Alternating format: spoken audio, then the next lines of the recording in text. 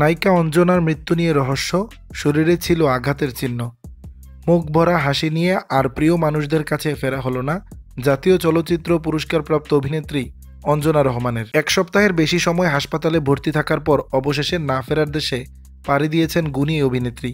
শুক্রবার ৩ জানুয়ারি দিবাগত রাত 1:35 বিএসএমএমইউতে চিকিৎসাধীন অবস্থায় মারা যান তিনি। পরের দিন শনিবার এফডিসিতে প্রথম ও চ্যানেল আইয়ে দ্বিতীয় জানাজা শেষে বনানী কবরস্থানে দাফন করা হয়।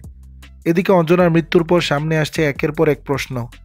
অভিনেত্রীর নিকটাত্মীয় সালমা হক শুক্রবার ৩ জানুয়ারি রাতে বলেন, হঠাৎ করে দেখি যে আপার অনেক জ্বর আসছে, কাঁপুনি দিয়ে জ্বর।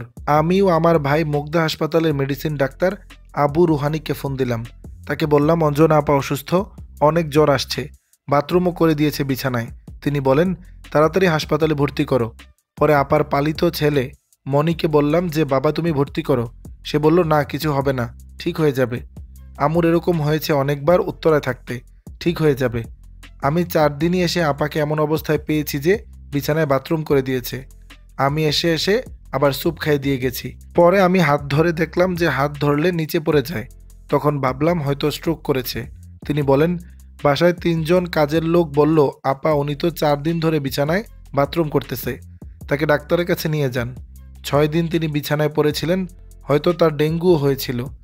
আমার মনে হয় ডেঙ্গু থেকে তার সমস্যা হয়েছে, সেই সঙ্গে স্ট্রোক করেছে। সালমা আরও বললেন, আসলে আপার সঙ্গে কি হয়েছে তা ঠিক আমি বলতে পারছি না।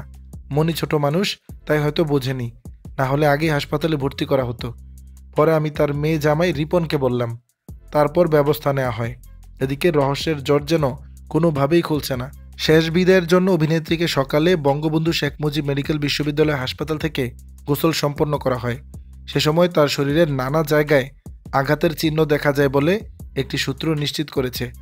তারা বলে, সকালে গোসল করানোর সময় আমি দেখি তার শরীরে বেশ কয়েকটি আঘাতের চিহ্ন, যেগুলো দেখে আমার কাছে স্বাভাবিক কিছু মনে হয়নি।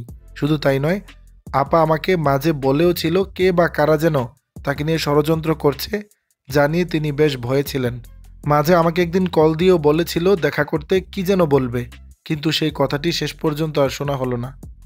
বিভিন্ন সূত্রে আরও জানা যায় অঞ্জনার পালিত ছেলে মনি তার মায়ের অসুস্থতার খবর কাউকে জানায়নি, এমনকি কেউ দেখা করতে চাইলেও তাকে দেওয়া হয়নি দেখা করতে। দর্শক, বিষয়টি নিয়ে আপনাদের মতামত জানাবেন নিচের কমেন্ট বক্সে।